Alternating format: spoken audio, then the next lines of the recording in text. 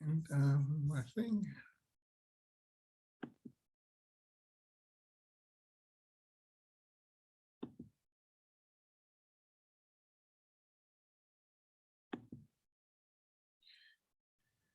Okay, good evening. And the parsha this week is VaYetze, which picks up the events of after Jacob leaves his parents' home, escaping from his brother Esau, having procured the blessings and having his mother having heard that Esau had planned to kill him. And he leaves home suddenly, and he ventures out into the world for an odyssey that will cover, by various accounts, 34 years of time, after which he will return home, back to the land of Canaan in any event, married with 11 children, and having basically built the structure of Bnei Israel, the children of Israel, which we are today. So it's a full-blown success story. But that being said, there's one unique aspect physically about this Torah portion that is unique.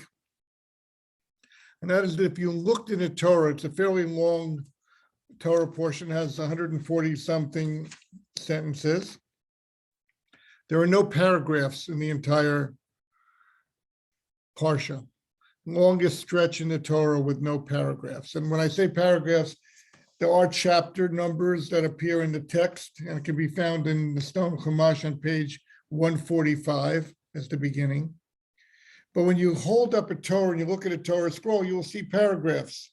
You know, in Genesis, each of the days is its own paragraph, which means just like we have paragraphs, you start a new line or you indent, creating a space. There are two different types of paragraphs in the Torah. We won't go into that right now. But whenever you look at a Torah, when they hold up the Torah at the end, they say, V'zot Torah, this is the Torah that God gave us. You will see paragraphs. You won't see that in this Torah portion uniquely. It begins at the beginning of a paragraph. It's one continuous narrative, and it goes all the way to the end. Why? So there are many explanations, one of which is that this is a Torah portion of exile, of the Jewish people in exile, because after all, what's happening? Jacob flees before his brother Esau. He leaves the land of Israel, the land of Canaan. It's not yet the land of Israel. And he lives outside the land of Israel under adverse conditions because he's being oppressed by his father-in-law, Lavan. And yet he perseveres, and he returns back to the land of Israel right at the very end of the Torah portion. So this is one narrative. Another aspect of this, which I just want to point out, is an important life lesson, and that is the following. Paragraphs are meant, when Moshe wrote down the Torah and God dictated it to Moshe at the end of his life, so that we have a Torah to carry us through as the written Torah. The paragraphs were meant to give time for pause and reflection. And in an interesting lesson, sometimes in life, pause and reflection doesn't work in your favor, especially when you're undergoing difficulties. And what the Torah here is suggesting to us is that, and I'm not saying to not think about events, not be engaged, not be thoughtful, not be reflective. That's not what I mean. But what I mean is this: if a person wants to overthink every chapter of his life, sometimes that can become very overwhelming. And a person has to pull back and say, okay, this is a very difficult moment. I have to obviously make choices, how to proceed.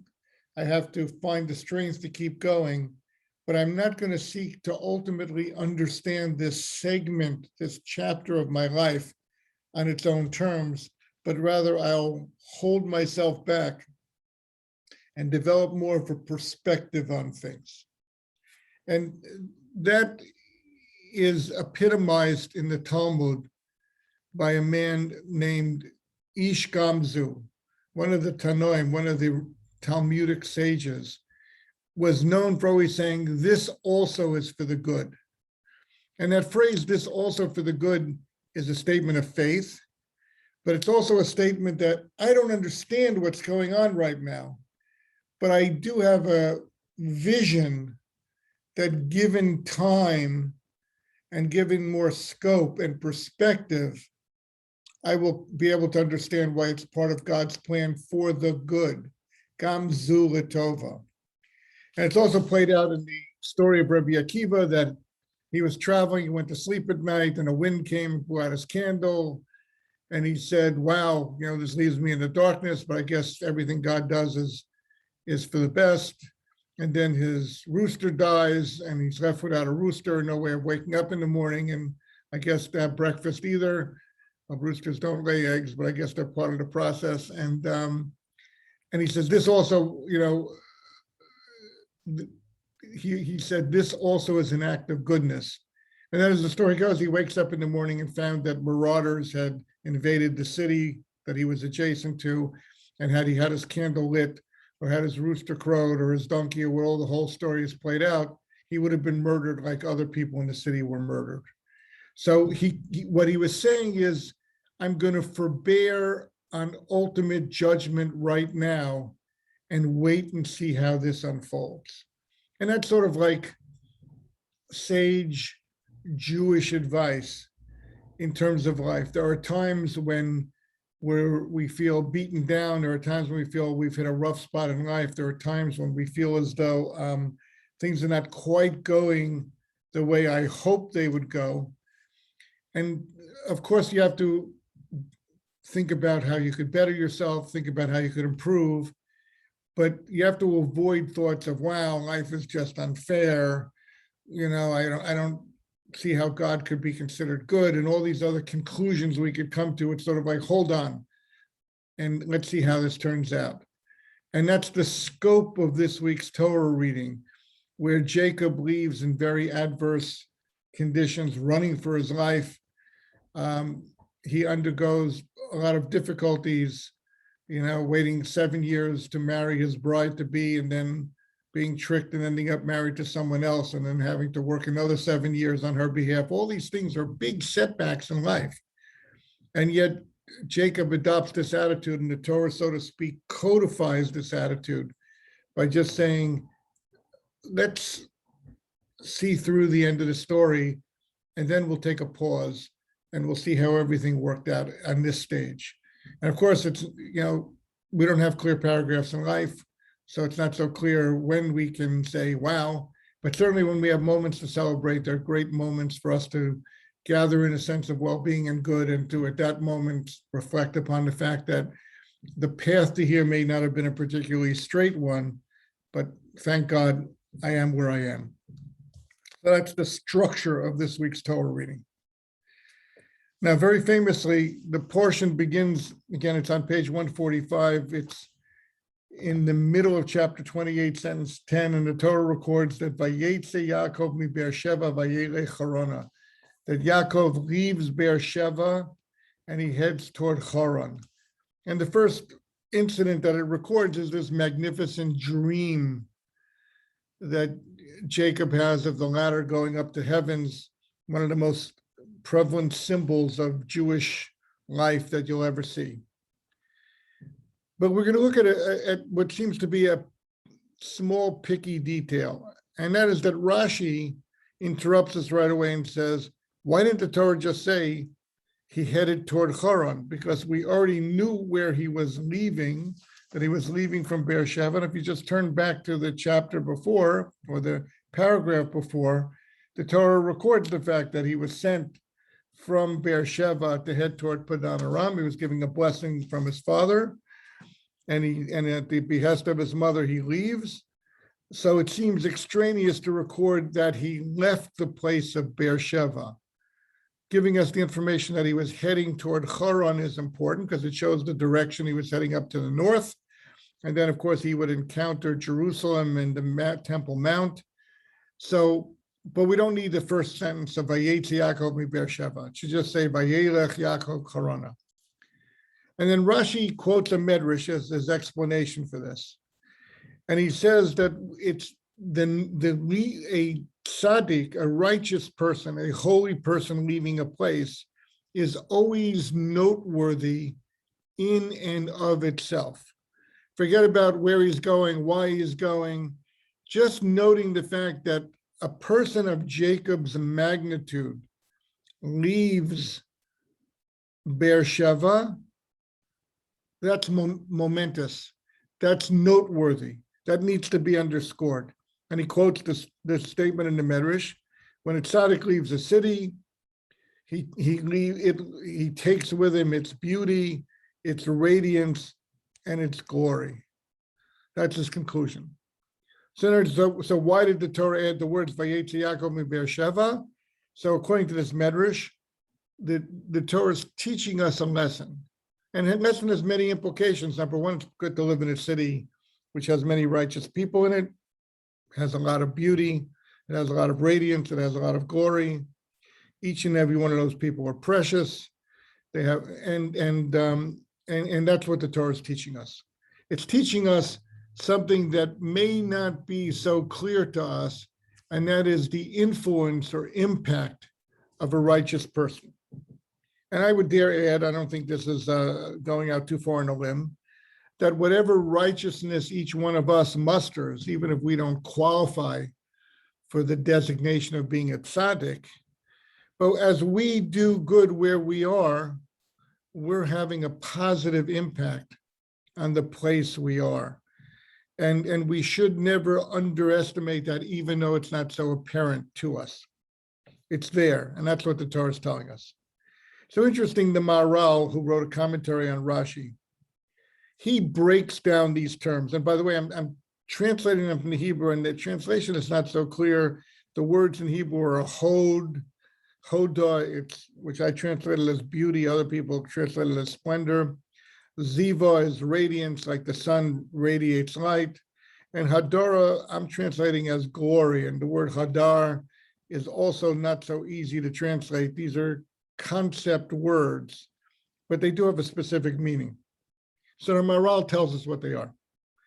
And the Maharal focuses and says, what does it mean that a righteous person brings beauty to a place? And if the righteous person leaves the place, its beauty diminishes. He says it refers to the tzaddik's influence on the people around him or her to fear Hashem. That such a person inspires fulfillment of commandments and inspires people to refrain from doing evil and committing sins. Okay, so this is the first idea.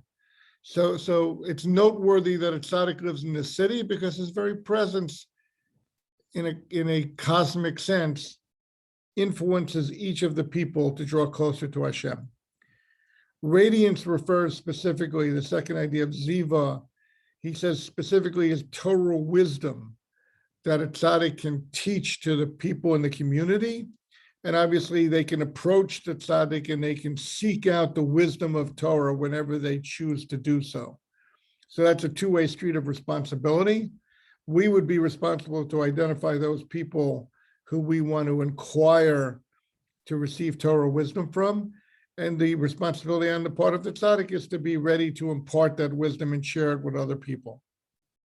And the third aspect of Hadara, or Hadar, which is glory, it refers to the role model of excellence of character that a tzaddik exhibits. And I think this is an idea that really needs to be underscored, because when you stop a lot of people and they say being good is important, and you ask them, well, what does being good look like? It's not so easy to get a clear answer. I mean, obviously you could say, oh, I don't know, giving a lot of charity, keeping mitzvot, learning Torah, whatever people will say. But that's not something that you can see, but there's something at times that when we see a person of excellent character just going about their daily life and their regular business, we see something magnificent, and we see something that's inspiring, and we see something that really impacts the way we act ourselves after encountering this person. So those are the three elements that the Torah wants to teach us. Realize the importance of righteousness and its overall impact on so many different levels and in so many different dimensions. But this prompts the Maharal to ask another question, and this is where I wanted to dig in a little bit. He says, why is the Torah going bananas over Jacob leaving Beersheba? After all, his parents were still there, and they were tzaddikim. Yitzchak and Rivka remained behind. So what do you mean that when a tzaddik leaves the city, its beauty, its radiance, its glory leaves? You still had the generation before, the magnificent example of Yitzchak and Rivka in terms of their influence on people to fear Hashem, in terms of their possession of Torah wisdom to teach and guide people, and in terms of their excellence of character. So is it so stark that the Torah has to point out the fact that tzaddik number 3 is leaving the city, and that only leaves number 1 and number 2? After all, the presence is still there. So he answers with a statement of the rabbis, Eno doma is chut tzaddik echad, it is chut shnei tzaddikim. You cannot compare the merit of one tzaddik, which is far less than the merit of 2. And you may even want to say here that there's a, what's the mathematical term? Not simply a linear progression, but a geometric, I'm not sure the right term, but in other words, maybe 2 tzaddikim give off 5 times as much glory and radiance and beauty as does 1. And maybe 3 gives off 25 times as much. I don't know what the quotient would be. But the idea there being that it's not an interchangeable influence. Each person in their own right magnifies the influence, the good influence of others, and adds a unique dimension of greatness to a place, so that when the Torah says that it has to note that Jacob left Beersheba because, wow, a tzaddik left, what about the tzaddikim that were still there? Of course they're still there. But don't kid yourself, the merit of each tzaddik adds so much to a place and brings its own unique dimensions. And it can't even be quantified. And of course, what this makes us think about also is the fact that very often when we're pressed, we say, well, at least so-and-so's around and he's a really nice fellow and he gives a lot of charity and he observes the commandments and he's a great role model and he possesses a lot of wisdom. So I can relax and glide through life knowing that, he's got that base covered. But instead, a person should feel as though, well, if I have potential to approach being a righteous person another step or 2 forward, and I can add my unique dimensions to that, and I can reinforce the dimensions of other people who are doing that as well, even if they're great tzaddikim, and even if I pale in comparison to them. So it's really challenging a person to realize that this is not a simple equation. And in a certain sense, when you look at the world around you and you say, gee, things aren't the way they could be, a person could think, well, maybe if I could become a little bit more the way I could be, grow a little bit more, then that would really change things. And that's a good way for a person to feel about themselves. It's a good way about a person to feel about social responsibility to society. We have a big conference going on now. I think it's not only about diminishing our carbon footprint, but I think it's about adding a influence of greatness and showing people to a greater and greater extent, step by step, what does it look like for a person to be a descendant of Abraham, Isaac, and Jacob, and Sarah, and Rivka, and Rachel, and Leah? What does it do to a place? What does it inspire in other people? And then to understand that to whatever extent I can magnify that or reflect that or make that part of who I am, that's the most important part, then I'd be doing such a great turn, not only for myself, not only for my family, but for the entire place in which I reside and ultimately for the world in general. So those are the ideas here. And one commentary, this is based on a presentation by Rabbi Avi Cohen of Detroit. And I want to thank him for doing that. One of the, for opening our eyes to this, to these sources. One of the questions somebody asked is, well, after all, when you compare Isaac and Rebecca still were in the city, they were accomplished people. They were people of the world. They were out there. They were wealthy. They were beautiful, powerful, known. What has Jacob been doing all these years? He's been, as the Torah tells us, Yoshev Holim. He's been sitting in the tents and studying Torah. So maybe his leaving is for sure not a big deal, because after all, he hasn't had a direct influence on people like these other people have. At best, his influence is much less direct, or much less, he's not as active in the world. Okay, but when the person is studying Torah in preparation for living a great life, you don't have to wait until you become the president of the congregation or until you become recognized as the great one of the generation. Each of us should know, sitting at home and studying, where we want to really increase beauty and radiance and glory and splendor in the world, where we want to see a connection happen between ourselves and God, that also has a far-reaching impact on the world around us. And we should never diminish that. So I want to add a thought to this from Pirkei Avot. And it's from Ethics of the Fathers, Pirkei Avot, chapter 5, Mishnah 22. The numbers of the Mishnahs make up, but I wanted to do it by posing a question. And as part of the class specifically, I wanted to be in the merit of a refuah shlema for Miriam Bela Bas Malka. Nowadays, when you tell people that they can become great and have a lasting impact on the world, a lot of times it leads people to think to themselves, well, how can I be different from all other righteous people? Manish tana hatzadik hazeh mikol hatzadikim. After all, if I want to add magnitude to the world, I don't want to just be another Rabbi Akiva.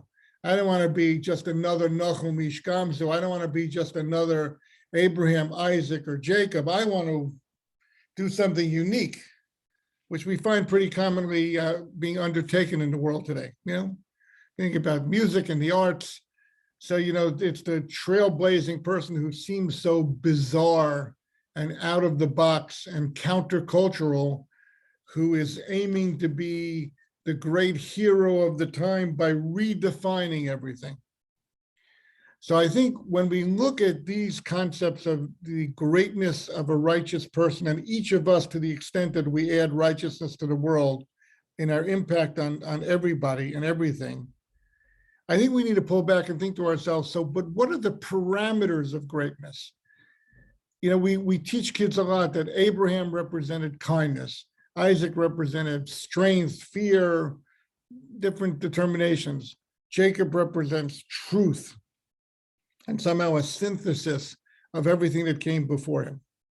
But this Mishnah in Pirkei Avot is very eye-opening, because the Mishnah in Pirkei Avot says in a very verbose way, whoever has the following 3 character traits is a student of our forefather Abraham.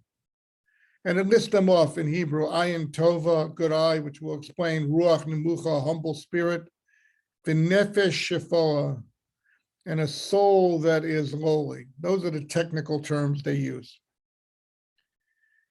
So what this Mishnah in Pirkei Avos is saying is, whenever you encounter greatness, whenever you aspire to greatness, here are 3 pillars that you can build on.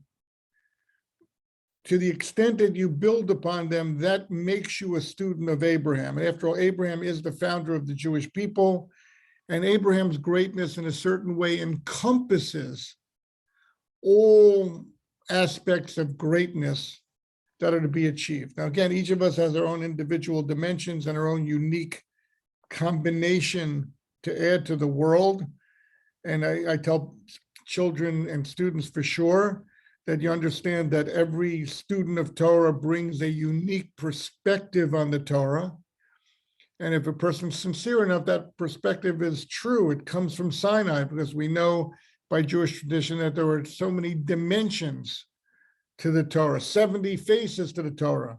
And what does that mean? It means like if I shine a light now, you see one channel of light. But if I use a prism to break up that light into its component parts, we see a whole spectrum of colors.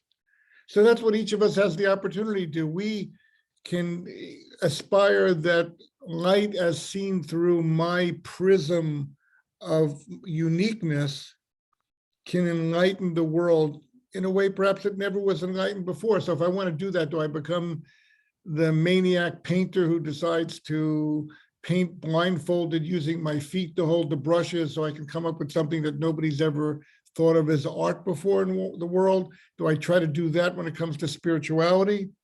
So along comes this very important mission in Pirkei Avot and says, look, there's unique aspects of greatness that each human being has, but there are traits, there are pillars upon which this greatness is built. And these are the three pillars, these are the three bases that you have to be touching. So let's see what they are. Ayin Tova, good eye.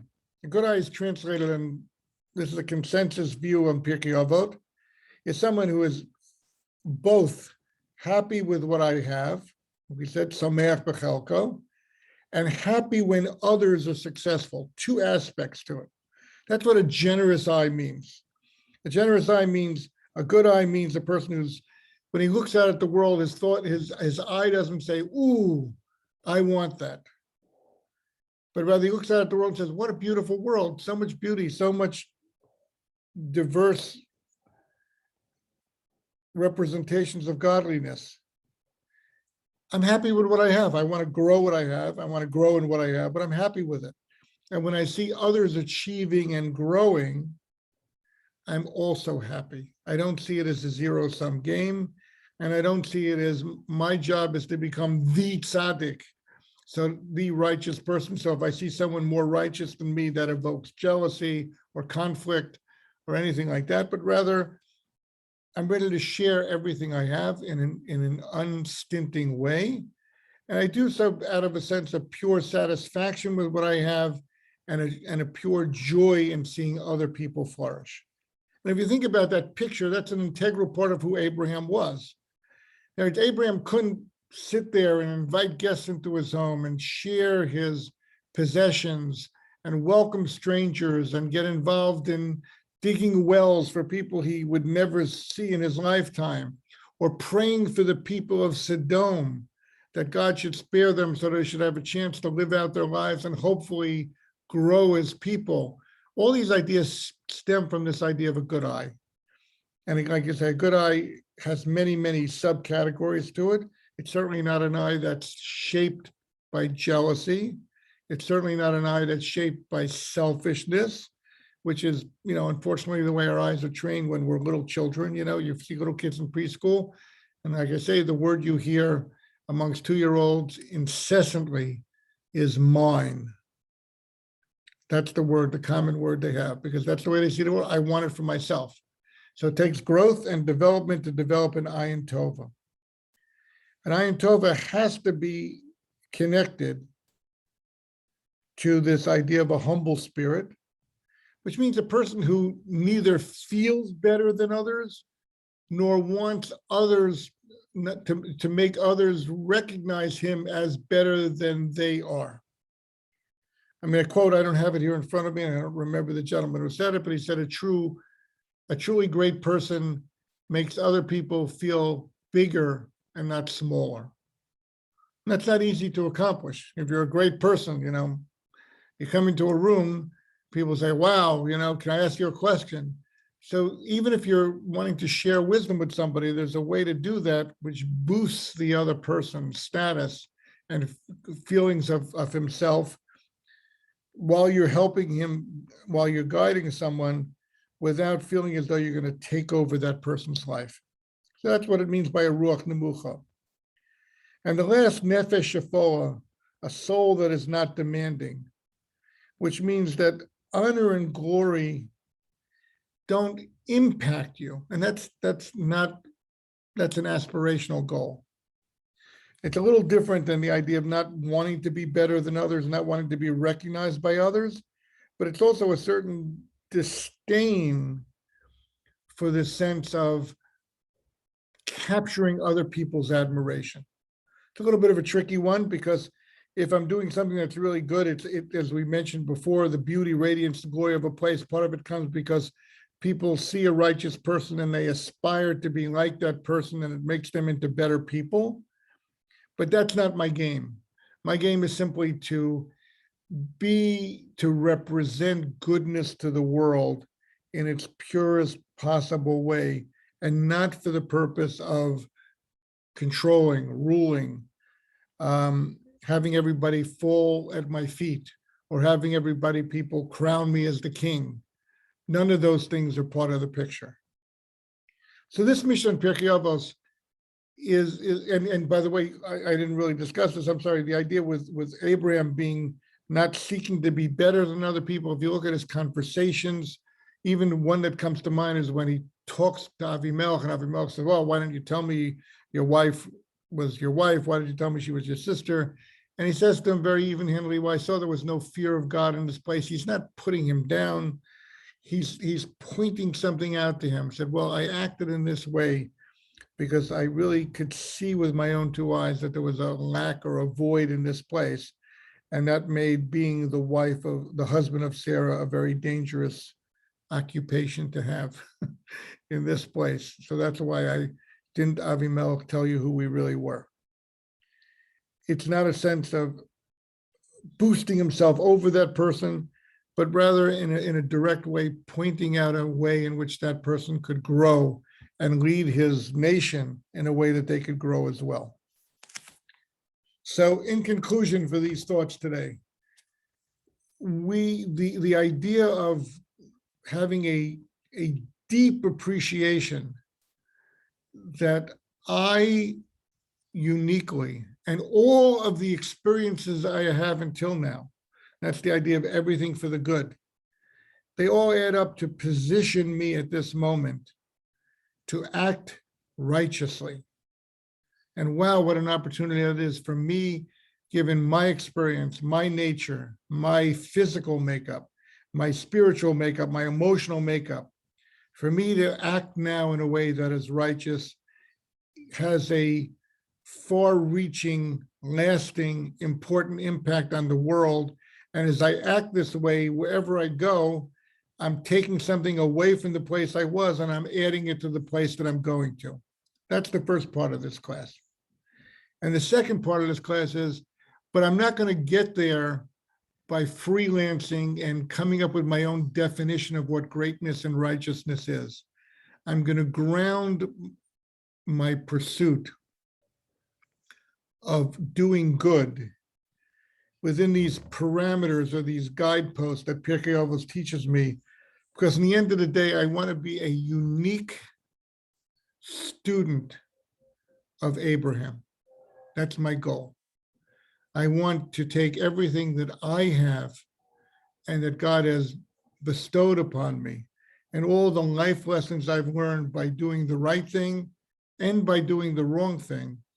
And I want to utilize that whole package to act now as a student of Abraham would, which is to act within the parameters of having a good eye, a humble spirit, and a soul that is undemanding. And to the extent that I do that, I really am a student of Abraham. I really have a decisively good influence on the world everywhere. And I have the opportunity to live a life of importance and significance, regardless of who notices or doesn't notice it, regardless of what the temporary rewards of doing so are or aren't. But I know that I'm following through this path and I'm building upon the Jewish legacy of history the way Abraham would do if he was me or if I was him. So that balance of sensing your own uniqueness, but falling within the parameters of greatness that are defined by our rabbis as deriving from the character and nature of an Abraham, the founder of the Jewish people, that's the balance. And that's the sense of rectification that we're looking for here, and that we can take from this week's Torah reading. happy to answer any questions if there are any.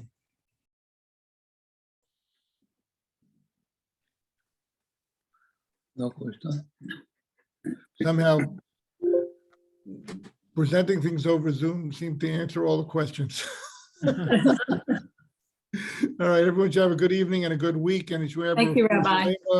the people that need it, and we should really, we should all grow together and have a continuingly greater impact on the world around us. Thank you very much. Amen. Amen. Thank you. Thank Thank you, very much. Rabbi. Thank you. Have a good night. Good night. תודה Good רבה. night.